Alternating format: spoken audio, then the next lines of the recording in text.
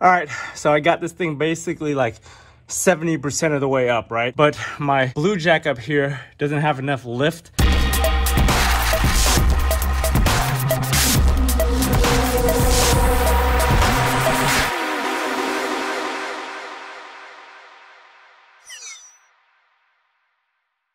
Hey guys, welcome back to the channel. So if you've been following this maintenance project I've got on my IS300 Sport Cross here, I've dropped the transmission, changed the rear main seal, changed the oil pan gasket or replaced the form in place gasket, done some other maintenance under the car while I had the transmission off. Today, I'm going to show you guys how to put the transmission back up by yourself with some jacks. So we'll attempt that today and we'll see where it goes. Stay tuned. First thing we gotta do is get under here and reinstall the flex plate. So the flex plate has a spacer that you have to put in between the crank and the flex plate, and then that spacer right here or this washer goes on the outside, and you'll notice on there that you got your bolt markings already there and everything. And then we're gonna put those 6 crank bolts or flex plate bolts back in and torque them down to 61 foot-pounds for this car. So I'll go ahead and do that now. So if you guys recall from my transmission removal video, a couple of these brittle ass plugs broke on me. So look at this one right here. It snapped right down the middle, and this one didn't really fare too well either. I want to pop these off now and replace with the new ones I got from the junkyard.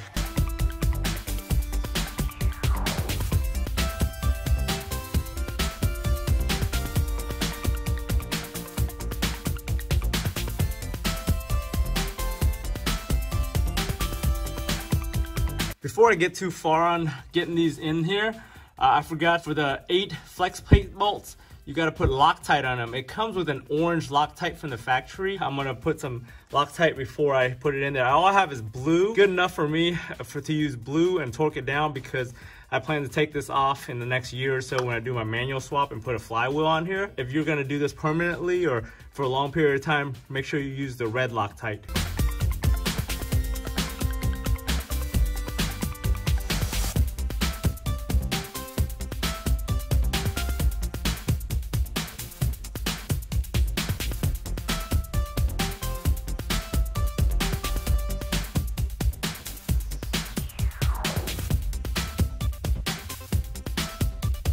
So I got this baby torqued down to 61 foot-pounds for each one of these 8 bolts. I used this screwdriver right here to kind of wedge it so I wouldn't spin the flywheel or the flex plate while I was doing it. So now that I'm done right here, I'm gonna get the transmission under the car and try to get it in place and start trying to jack it in.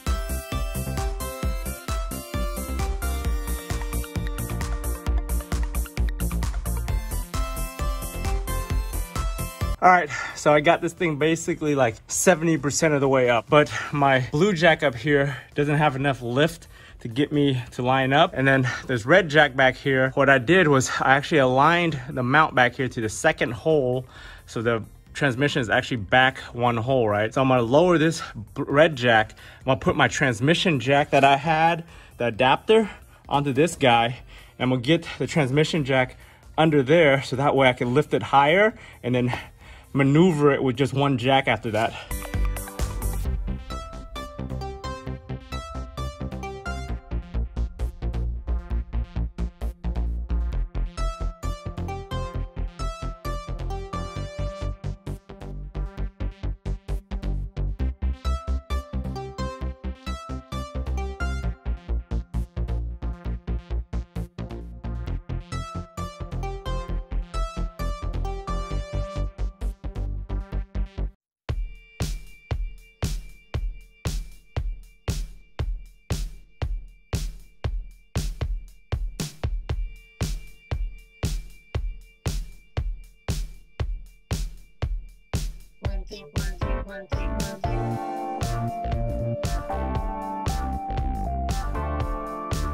Oh yeah, so after moving it back and forth to kind of get everything lined up perfectly, I was able to line up some of these bolts down here.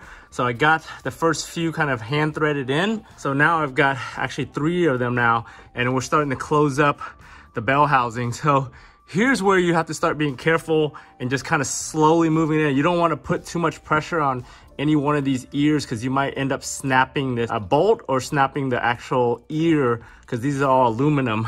Same with back here. Once I get these kind of lined up, I'm going to start bolting up these 4 bolts back here for the cross member, so that way it's actually supported, and then we'll start easing these in one by one until we get a good tight seal. Once we get that tight seal, then I can start getting the rest of the bolts on top.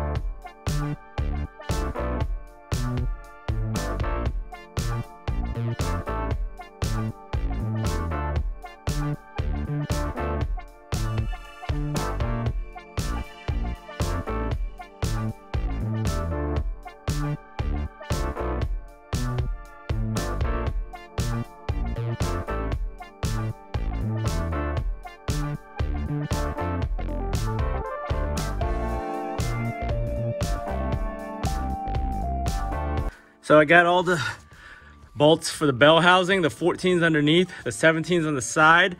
I think I mentioned on when I was taking this thing down that those top 2 ones, I'm not even gonna bother with those going back in. I'm gonna just drive with. You don't really need those top 2 ones. I'll just wait till I do my manual swap and worry about those. Even if I'm gonna put them in on the manual swap, I could drop those transmissions easier. So I just put in the 3 17s down here. I've got 2 more 14s for the starter.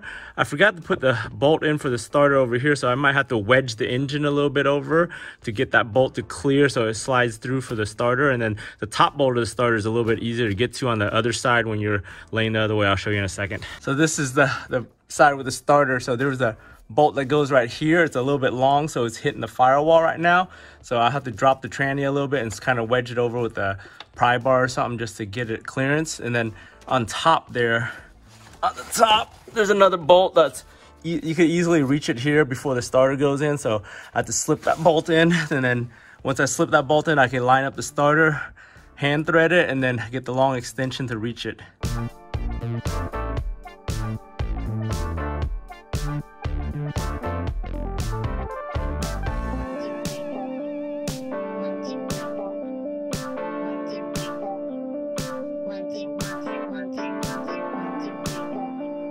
Man, after putting my hand trying to get it up there, finally got that bolt on the top side in, and then the bottom one I had to wedge it with a pry bar and then kind of lift the front of the engine off the engine mount for a little bit just to get there. But both of them are in now, so now I gotta get the starter in and kind of start bolting that down. And then that top bolt, I have to use my long extension to get it from the back, but this bottom bolt I should be able to use like a gear wrench or something to get it.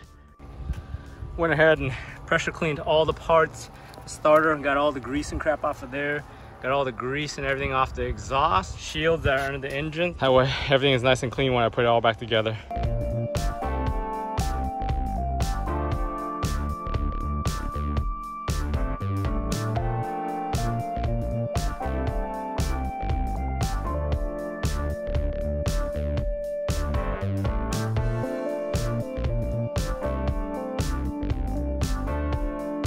So now that we got the transmission up, I reattached the starter over here.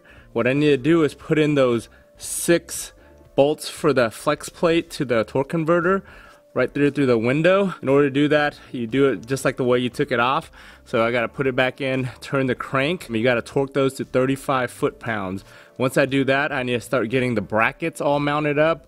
I gotta reconnect the hoses. There's some brackets for the hoses for the cooler, the transmission cooler. Pretty much on the home stretch now on the install.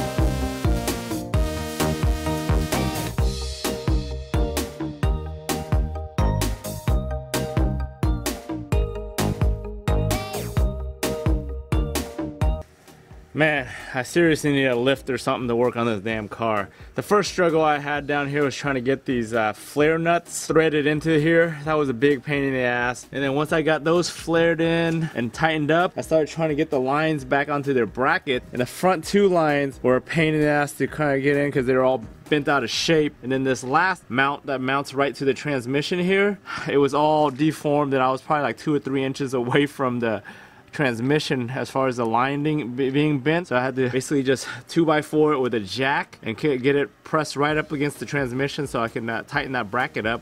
And then to reach the bolt, I had to unbolt the dang header from the top. So I had to undo those 8 bolts to the manifold. I could swing it and get the 10mm, but finally got everything back in place. I did kind of crush this a little bit from before, so I gotta probably squeeze it with some vice grips or something to bend it back just in case it blocks any kind of flow. This is pretty much done down here. Drain any excess fluid that's been just floating around at the bottom so I can fill it up new, and then get the rest of this car put together. So now I gotta reinstall the dipstick. This thing has a little O-ring on it, so this thing's probably the original O-ring, which I'm just gonna replace it. I have these generic number 8 O-rings that are about the same size, so I'm gonna just replace it with that and then put this dipstick back in the car.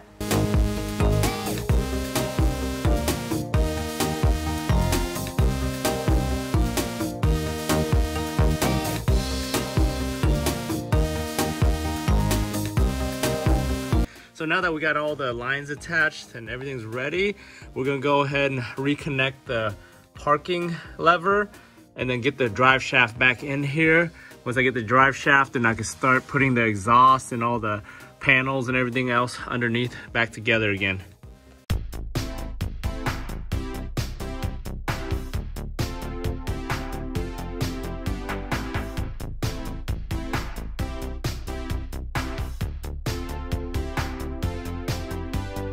So we got that shaft in here. That was pretty easy, slipping that into there. And once you do that, you basically just hook up the mid shaft right here, which is those 14s, I believe, or is this 17s? I forgot what they were, but remember there is a washer above here between the frame and the bracket, and then there's a washer below.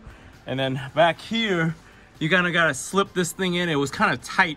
I had to kind of work it in to just get it. So it might be easier to try to get that side in. Well, actually, no, you have to do this last. So you just got to maneuver it and just use these little flex joints to sit in and get it past the lip. There's a little lip that seats into the actual differential flange. This one right here, I got to put a little bit of Loctite on the bolts. I got my Loctite right there because it comes with Loctite from the factory. So I'll put a little bit of Loctite before I tighten that back up.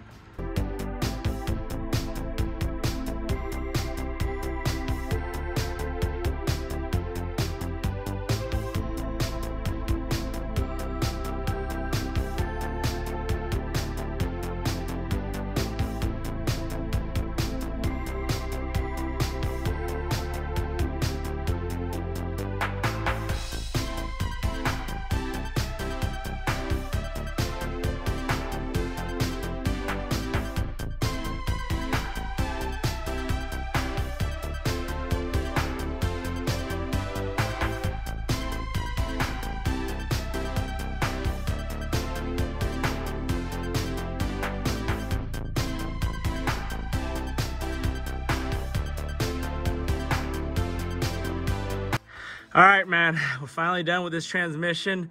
Got everything bolted up. Last thing I need to do now is basically just go fill up all the fluid, check the transmission fluid. I need to put some oil in the car, charge the battery, and start this baby up.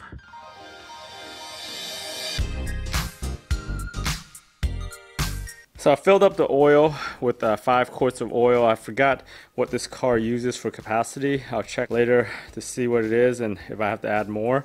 Then I added about 2.5 quarts of ATF type 4, the OEM Toyota type. I can't really measure it. So when you use that tube to fill it, the stick actually picks up a lot of the residual through the tube. So I gotta let it all kind of drain down to the bottom. So I'll leave it overnight and I'll check it in the morning, see what the level is and see if I need to add more. I probably need at least 3, maybe 3.5, because I drained probably like another quart out after I had drained the initial amount out, just because we were handling the transmission when we took it on and off. So it probably moved some of the fluid that's in the gears back down to the pan. So So I let this thing sit overnight. I woke up, I checked the level on the transmission fluid, and it was a little low, so I ended up actually adding the full almost 4 quarts in there. It was probably like 3.5 quarts that I had, and it filled it up right to the level where I needed to be when it was cold. To have a hot and a cold level. The hot level is after the car is running and it's up to temperature. It should be a lot higher on the stick than it is when it's cold. When it's cold, it's just at the very tip. So I filled it up so that I think the transmission is good. So unfortunately, when I took this thing for a test drive, it looks like I still have a leak. Not as bad as before, but still a leak on the rear main seal. Got no luck with this car as far as that leak goes, but I really don't want to redo that leak.